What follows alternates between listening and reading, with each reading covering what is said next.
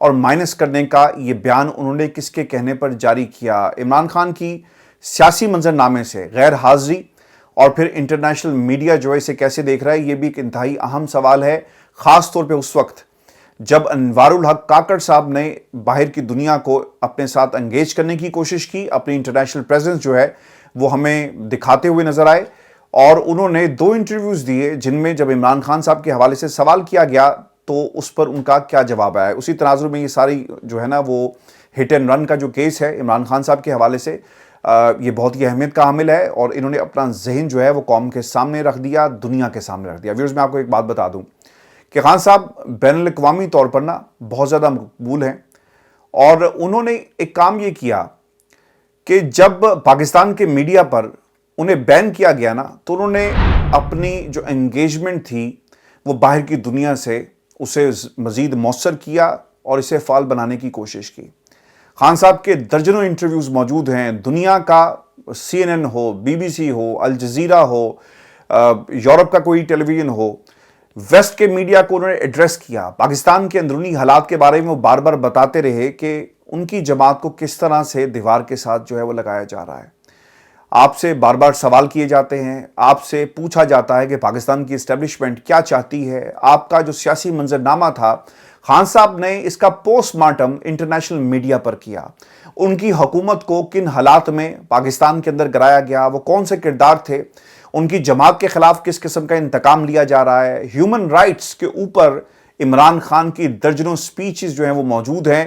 تقریریں موجود ہیں، عمران خان کے درجنوں سوالات جو ان سے کیے گئے، سینکڑوں جوابات موجود ہیں، جس میں پاکستان میں میڈیا کے ساتھ جو کچھ کیا جا رہا ہے، ہیومن رائٹس کی جو وائلیشنز ہو رہی ہیں اور کس طرح سے جمہوریت کو دبایا جا رہا ہے، اس کے اوپر اتنا مواد موجود ہے کہ آج انٹرنیشنل میڈیا عمران خان کو اس کی کمی بھی محسوس کرتا ہے، اور پھر خان صاحب نے نا ذہن سازی کی ہے انٹرنیشنل میڈیا کے۔ اسی لیے ہوا یہ نا کہ جب کاکڑ صاحب انٹرنیشنل میڈیا کو فیس کر رہے تھے تو ان سے یہ سوالات پوچھے گئے کہ آپ اس الیکشن کو کس طرح جسٹیفائی کریں گے جس میں خان صاحب نہیں ہوں گے، تو اس پہ انہوں نے یہ جواب دیا کہ اگر عمران خان نہیں بھی ہوں گے تو وہ شفاف ہوں گے۔ آپ ایک پارٹی کو بین کرتے ہیں لیکن آپ یہ نعرہ لگاتے ہیں کہ جناب اس کے بغیر بھی خان صاحب نہیں بھی ہوں گے تو ہم الیکشن جو ہے وہ ہر صورت میں شفاف کروا لیں گے۔ اس کا جواب یہ نہیں تھا۔ انٹرنیشنل میڈیا پرفیکشن جو ہے نا وہ یہی ہے کہ عمران اب بھی ملک کے مقبول ترین سیاسی لیڈر ہیں اور ان کے بغیر انتخابات شفاف جو ہیں وہ نہیں ہو سکتے۔ اسی تناظر میں نگران وزیر اعظم سے یہ سوال بھی ہوا کہ عمران خان کی غیر موجودگی میں ہونے والا انتخاب جو ہے وہ شفاف کیسے ہوگا، جس کے جواب میں نگران وزیر اعظم نے یہ بیانیہ لانچ کر دیا کہ جناب بالکل ہو سکتا ہے۔ اگر کوئی سیانہ ہوتا نا تو نگران عام طور پر نا ان کا حساب کمزور ہوتا ہے، میں نے آپ کو یہ بات پہلے بھی بتائی تھی، تو وہ بغیر سوچے سمجھے نا صرف انٹرنیشنل انہوں نے کہا کہ مجھے ایک لائم لائٹ مل جائے گی تو چلو ٹھیک ہے، کوئی نہ کوئی جواب ہم بھی دیں، اور ہم بھی عمران خان سے بڑے لیڈر ہونے کی جو ہے وہ کوشش کرتے ہیں۔ تو ان کو کہنا یہ چاہیے تھا، جو یہ نواز شریف کے معاملے پر کہہ رہے ہیں نا، ان کو کہنا یہ چاہیے تھا کہ قانون اپنا راستہ اپنائے گا، ہمارا اس سے کچھ لینا دینا نہیں ہے، ان کے اوپر مقدمات بنے، ہمارے آنے سے پہلے بنے، پاکستان کی عدالتیں جانیں، اگر پاکستان کی عدالتوں نے انہیں ریلیز کرنا ہوا تو یہ ان کی مرضی ہے، ان کے اپنے فیصلے ہیں جس کا ہم احترام کریں گے، لیکن نہیں، انہوں نے جا کر ضرور جو ہے یہ ہٹ اینڈ رن کیس جو ہے وہ کرنا تھا، عمران خان کو ہٹ کیا، گرانے کی کوشش کی، لیکن خود جو ہیں وہ زخمی ہو گئے ہیں، اور اب جب یہ پکڑے جائیں گے نا تو ان کا ضرور احتساب ہوگا۔ ویورز، یہ سوال بھی بہت ہی اہمیت کا حامل ہے، اور میں اس کے ساتھ ساتھ یہ بھی آپ کو بتا دوں کہ عمران خان کو یہ جو مائنس کرنے کی جو 3 سٹیجز ہیں نا یہ بڑی امپورٹنٹ ہیں۔ یہ پہلی سٹیج یہ تھی کہ آپ بیانیہ لانچ کریں، اور اگلی 2 سٹیجز ہیں وہ میں آگے چل کر بتاتا ہوں، لیکن اس سے پہلے یہ سوال یہ کہ سیاسی لیڈروں کی گرفتاری اور انتخابات کی شفافیت انٹرنیشنل میڈیا کے لیے انتہائی اہم کیوں ہے؟ آپ کو یاد رکھنا چاہیے کہ پاکستان کے بارے میں انٹرنیشنل میڈیا میں یہ تاثر بہت زیادہ عام ہے کہ کیسز اور گرفتاریوں کو سیاسی انجینئرنگ یا بدلہ لینے کے لیے استعمال کیا جاتا ہے، اور اگر وہ شخصیت عمران خان ہو تو پھر سوال بھی اتنا ہی جو بڑا ہو جاتا ہے کہ وہ کب تک جیل میں رہیں گے۔ آپ کو یاد رکھنا چاہیے کہ انٹرنیشنل میڈیا جو ہے وہ عمران خان صاحب کو مس کر رہا ہے۔ پاکستان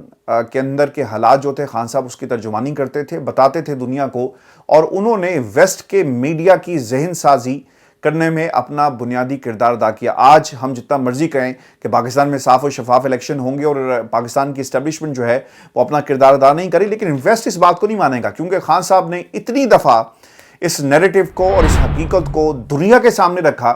کہ اب باہر سے کوئی بھی آتا ہے نا تو وہ یہ کہتا ہے کہ پاکستان کے حالات میں نا اسٹیبلشمنٹ جو ہے وہ اپنا کردار ادا کر رہی ہے، اور اب کاکڑ جتنے مرضی آپ لانچ کر دیں اس تاثر کو جو ہے وہ زائل نہیں کر سکتے۔ ویورز میں آپ کو بتا دوں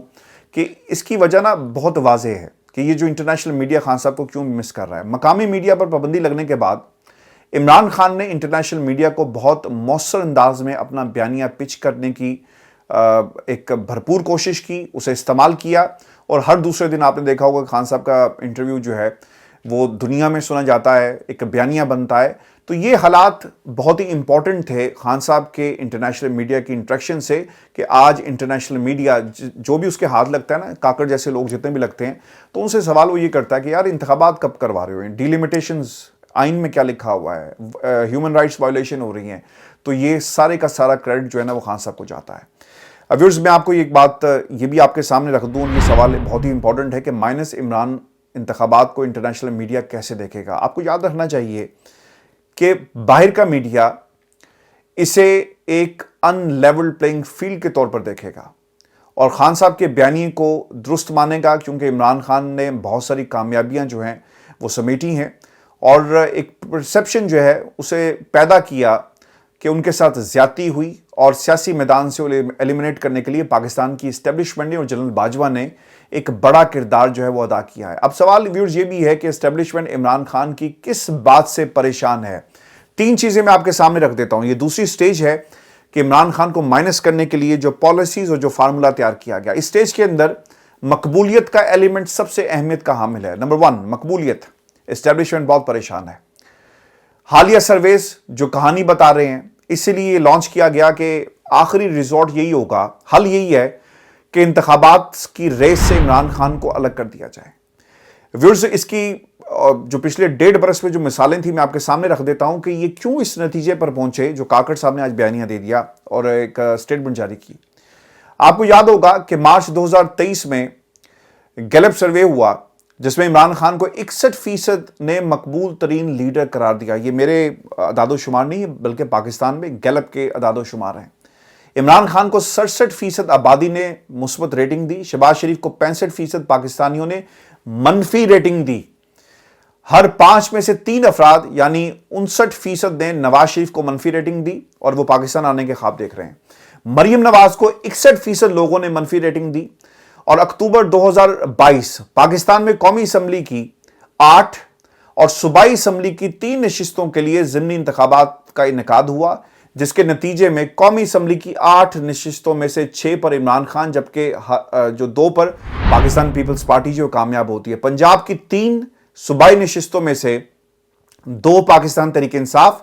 اور 1 نشست پر مسلم لیگ نون نے جو ہے وہ کامیابی حاصل کی۔ اور پھر اب آ جائیں 2018 میں کیا ہوا۔ عمران خان قومی اسمبلی کی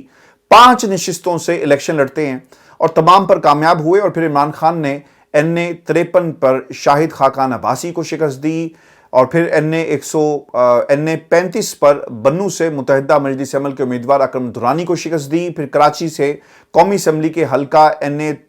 43 پر عمران خان نے MQM پاکستان کے علی رضا عابدی کو بھاری اکثریت سے شکست دی، اور پھر میاں والی میں نون لیگ کے امیدوار کو شکست دی، اور لاہور میں خواجہ سعد رفیق کو شکست دیتے ہوئے ہمیں 2018 میں نظر آئی۔ یہ خان صاحب کا ایک سیاسی سفر ہے جس کی وجہ سے پاکستان میں طاقتیں جو ہیں وہ بہت ہی خوف اس وقت محسوس کر رہی ہیں، اور پھر اوور دا ایئرز یعنی پچھلے 1.5 برس میں یہ خوف جو ہے وہ کس طرح آگے بڑھا، جس لیے انہوں نے مائنس فارمولا جو تیار کر لیا۔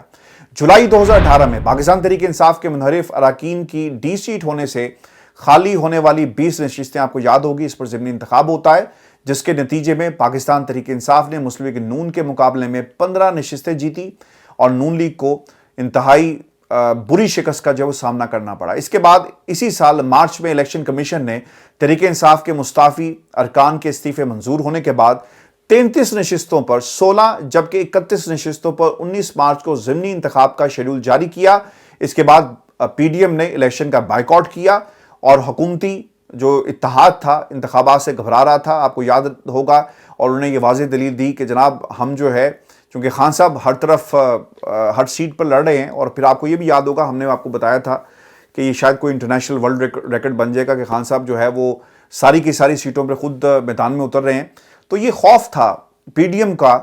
جو عمران خان کی مقبولیت کی وجہ سے تھا، عمران خان کا یہ مقابلہ نہیں کر سکتے تھے، اسی لیے اب یہ مائنس عمران خان فارمولا جو ہے کاکڑ صاحب کی زبانی ہم نے سنا۔ پھر ویورز آپ کو یاد ہوگا کہ خیبر پختونخوا کے 21 اضلاع میں ہونے والے ضمنی انتخاب یعنی جو بلدیاتی الیکشن کے نتائج کے مطابق بھی پاکستان تحریک انصاف نے 14 نشستیں حاصل کی۔ یہ سب سے زیادہ نشستیں تھی کسی سیاسی جماعت کی۔ اور پھر گلگت میں بھی پاکستان تحریک انصاف نے میدان مارا اور پھر الیکشن کمیشن نے نوٹیفیکیشن روک لیا، آپ کو یہ بھی یاد ہوگا، اور اس کے کئی دن بعد دھرنا دیا گیا اور پھر نوٹیفیکیشن جو ہے اسے بحال کر دیا جاتا ہے۔ یہ بھی خوف تھا الیکشن کمیشن کو بھی، کیونکہ سارے مل کر کھیل رہے ہیں، اور اس بنا پر پاکستان تحریک انصاف کو بار بار راستے سے ہٹانے کی جو ہے وہ کوشش ہوتی ہے۔ یہ سب کچھ ثابت کرتا ہے کہ عمران خان کی عوامی مقبولیت اس وقت پاکستان میں سب سے زیادہ ہے، جس کی وجہ سے لوگ جو ہیں پریشان ہیں۔ آپ کو ویورز میں باہر کی دنیا کی بھی ایک ایگزامپل دے دیتا ہوں۔ برطانوی جریدے گارڈین نے بھی اپنی ایک تازہ ترین سٹوری میں یہ لکھا کہ عمران خان کو اس وقت 12.5 کروڑ نوجوان ووٹرز کی حمایت حاصل ہے۔ یہ کوئی ہمارے اپنے سرویز نہیں تھے، بلکہ باہر برطانیہ کا اخبار ہے جو یہ لکھتا ہے، اور کل رجسٹرڈ ووٹرز کا 44% جو ہے تقریباً اتنا لگ بھگ جو بنتا ہے۔ اگر 22 کروڑ نوجوان جو ہے وہ عمران خان کے ساتھ کھڑا ہوگا تو پھر ان کے ساتھ کون کھڑا ہوگا؟ آپ کو یہ بھی یاد رکھنا چاہیے کہ انہوں نے نا صرف یہ نہیں کیا، یہ سرویز تو بول رہے ہیں، الیکشنز کے ریزلٹس بھی بول رہے تھے۔ ایک جو امپورٹنٹ چیز ہوئی نا، جو ان کے کریڈٹ پہ جاتی ہے، یہ جو ہٹ اینڈ رن کا کیس ہے، خواجہ آصف صاحب نے 9 مئی کے بعد ایک بیان دیا کہ پاکستان تحریک انصاف پر پابندی کا فیصلہ جو ہے وہ حکمران اتحاد PDM کی مشاورت سے کیا جائے گا۔ یہ بھی ایک بڑی علامت تھی کہ یہ مقابلہ نہیں کر سکتے۔ اس سے پہلے جب گزشتہ سال الیکشن کمیشن نے فورن فنڈنگ فیصلہ سنایا، تب بھی PDM کی طرف سے پاکستان تحریک انصاف پر پابندی لگانے کی کوشش کی گئی، اور پھر پولیٹیکل پارٹیز ایکٹ 2002 کے تحت ڈکلیریشن سپریم کورٹ میں جمع کرایا، لیکن یہ معاملہ آگے نہیں بڑھ سکا۔ یعنی یہ 3 محاذوں سے عمران خان پر حملہ کرتے ہیں، مقبولیت کے سروے کچھ اور آپ کو بتا رہے ہیں، الیکشن ریزلٹس آپ کو کچھ اور بتا رہے ہیں، اور پھر ان کا کنڈکٹ جو قوانین انہوں نے بنائے، اور اب آخری ریزورٹ یہ ہے کاکڑ صاحب نے جس کا اعلان کر دیا کہ ہم عمران خان کے بغیر بھی الیکشن میں جائیں گے۔ یہ کریں گے پتہ کیا؟ کچھ لوگوں کو انتخاب جو ہے لڑنے دیں گے تاکہ دنیا کو یہ فیس نہیں کر سکتے، اور آہستہ آہستہ بیانیہ اس لیے بنایا جا رہا ہے کہ کل کو جب دنیا ہم سے سوال کرے گی تو ہم کیا جواب دیں گے۔ تو کل کو ہٹ اینڈ رن کا جو کیس ہے نا کاکڑ صاحب کے خلاف، اس کا ضرور جو ہے وہ حساب ان کو دینا پڑے گا۔ اس طرح ان کی جان جو ہے وہ اس کیس سے نہیں چھوٹے گی۔ اور ویورز آپ کو یہ بھی بتائیں کہ شہباز شریف صاحب کا لندن پیغام اور لندن یاترا جو ہے نا وہ بالکل بیکار گئی ہے، اور اس کی سب سے بڑی وجہ مریم نواز کی شکل میں سامنے آئی۔ مجھے 2 روز پہلے میرے ایک ذرائع نے مجھے یہ بتایا کہ اس میٹنگ میں جہاں پر یہ تمام شخصیات بیٹھی ہوئی تھی تو کافی گرما گرمی ہوئی پاکستان میں اسٹیبلشمنٹ کے بیانیے کے حوالے سے، اور شہباز شریف صاحب چاہتے تھے کہ ہر صورت میں ہمیں بیک فٹ پہ جانا چاہیے، اپنے بیانات کے اندر نرمی لے کر آنی چاہیے، اور اگر نواز شریف پاکستان آنا چاہتے ہیں تو انہیں اسٹیبلشمنٹ کے خلاف جو بیانیہ جو انہوں نے اپنایا ہوا ہے اس سے آپ کو پیچھے ہٹنا پڑے گا۔ لیکن اوبیسلی مریم نواز جو بات کرتی ہیں وہ اپنی والد کی طرح سیاست کرتی ہیں، حمزہ کے اندر اپنے والد کی ایک جھلک موجود ہے، تو مریم کے یہ الفاظ جو ہیں وہ اس خبر پر ایک مہر لگا رہے ہیں جو 2 روز پہلے ہم نے آپ کے ساتھ شیئر کی، اور وہ خبر یہ تھی کہ تھوڑی سی تلخی بھی ہوئی اور بحث مباحثہ بھی ہوا کہ ہم نے 4 سال جو ہے ایک اپنے آپ کو بطور وکٹم جو ہے وہ لندن میں قید رکھا، ہماری سیاست ختم ہو گئی، ہماری حکومت کو گرا دیا گیا۔ یہ میں آپ کو اس میٹنگ کا حال احوال بتا رہا ہوں۔ تو اگر ہم نے اسٹیبلشمنٹ کے ساتھ 2 ہاتھ نہ کیے اور بیانیہ نہ بنایا تو شاید یہ ہمارے لیے بہتر نہیں ہوگا۔ پاکستان کی عوام ہمیں ویسے کھا جائے گی کہ عمران خان کو انہوں نے اندر کیا، اور نواز شریف صاحب جو ہیں وہ پاکستان آ گئے ان سے ڈیل کر کے۔ اور اگر میں آپ کو ایک بات بتاؤں، یہ پاکستان گئے نا تو یہ تاثر عام ہے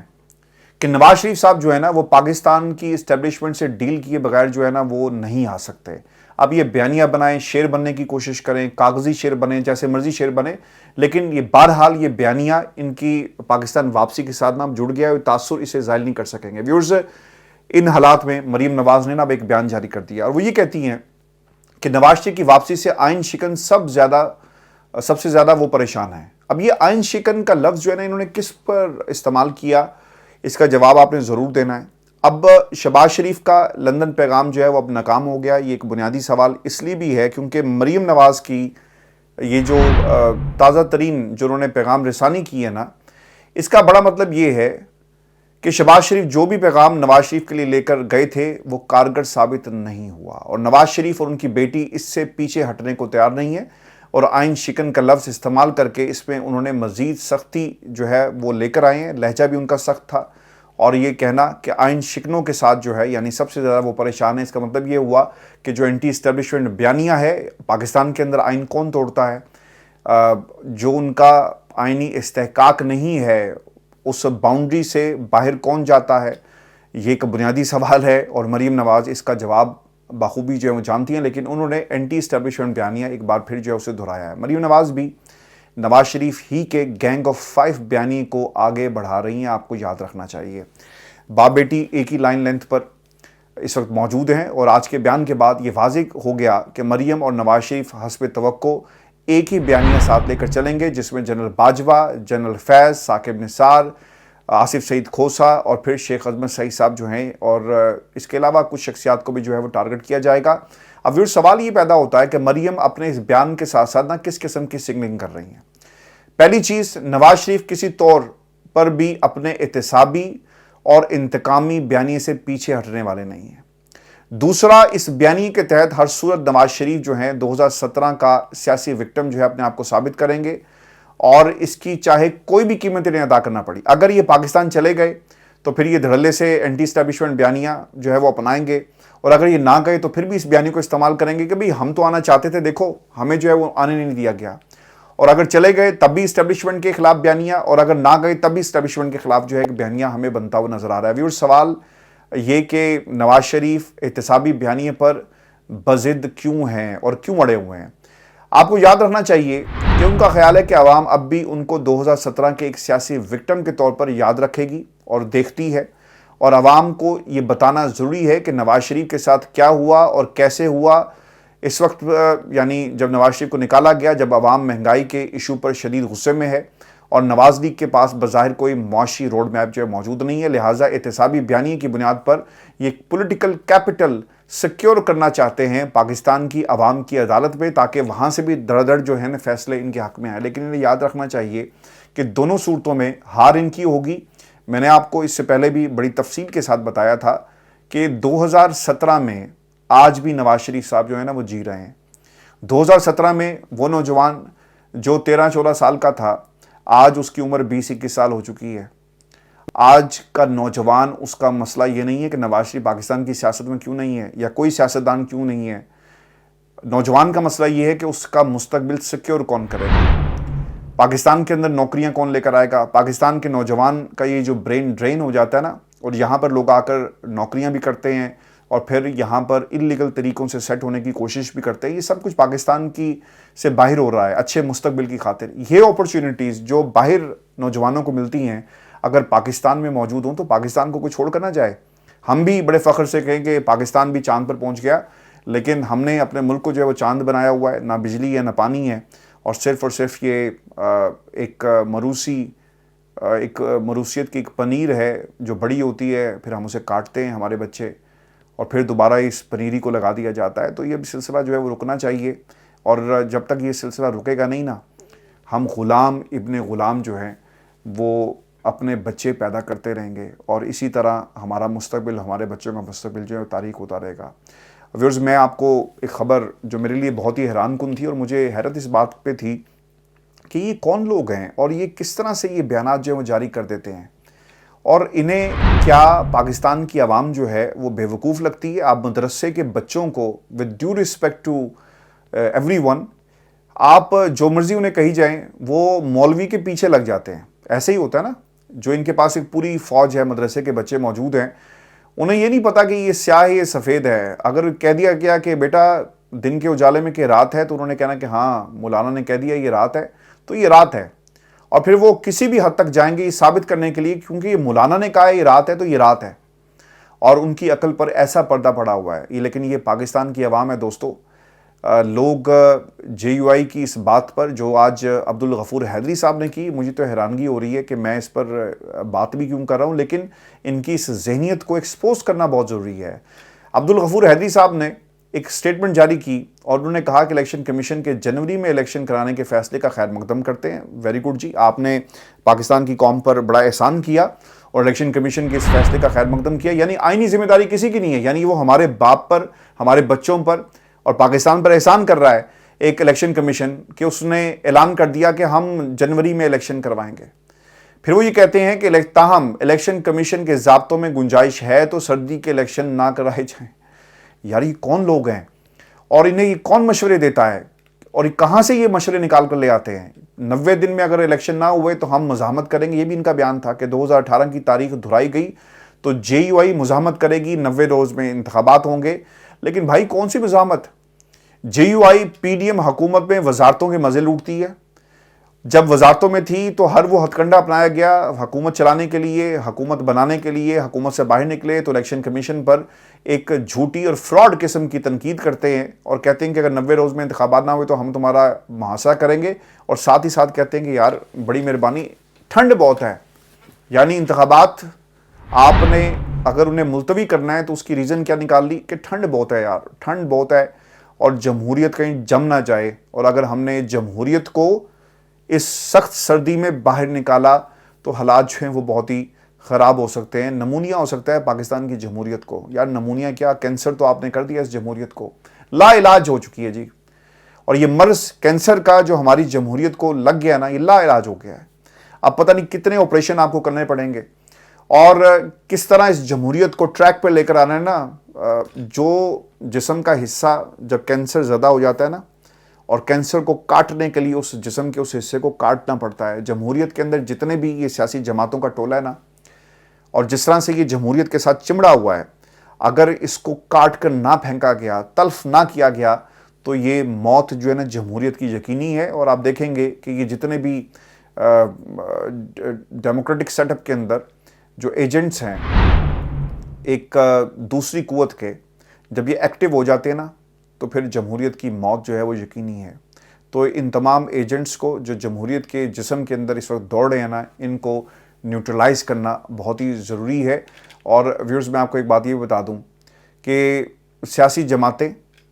اپنے سیاسی مخالفین کو آڑے ہاتھوں نہیں لیں گی تو عوام کی عدالت میں کیسے جائیں گی؟ یہ ایک انتہائی اہم سوال ہے. پیپلز پارٹی اور نون لیگ کا ایک دوسرے پر الزامات لگانا ایک فطری عمل ہے, کیونکہ ان کے پاس کوئی پولیٹیکل کیپٹل موجود نہیں ہے. ووٹ اکٹھے کرنے ہیں, نعرہ لگا کر جیسا آٹا اکٹھا کیا جاتا ہے نا, اسی طرح نعرہ لگایا جا رہا ہے اور آواز لگائی جا رہی ہے ایک دوسرے کے خلاف آوازیں بلند کر کے. تو یہ اس وقت کی ایک صورتحال ہے. جے یو آئی کیا کہتی ہے, الیکشن کمیشن سے مل کر بھی آئی,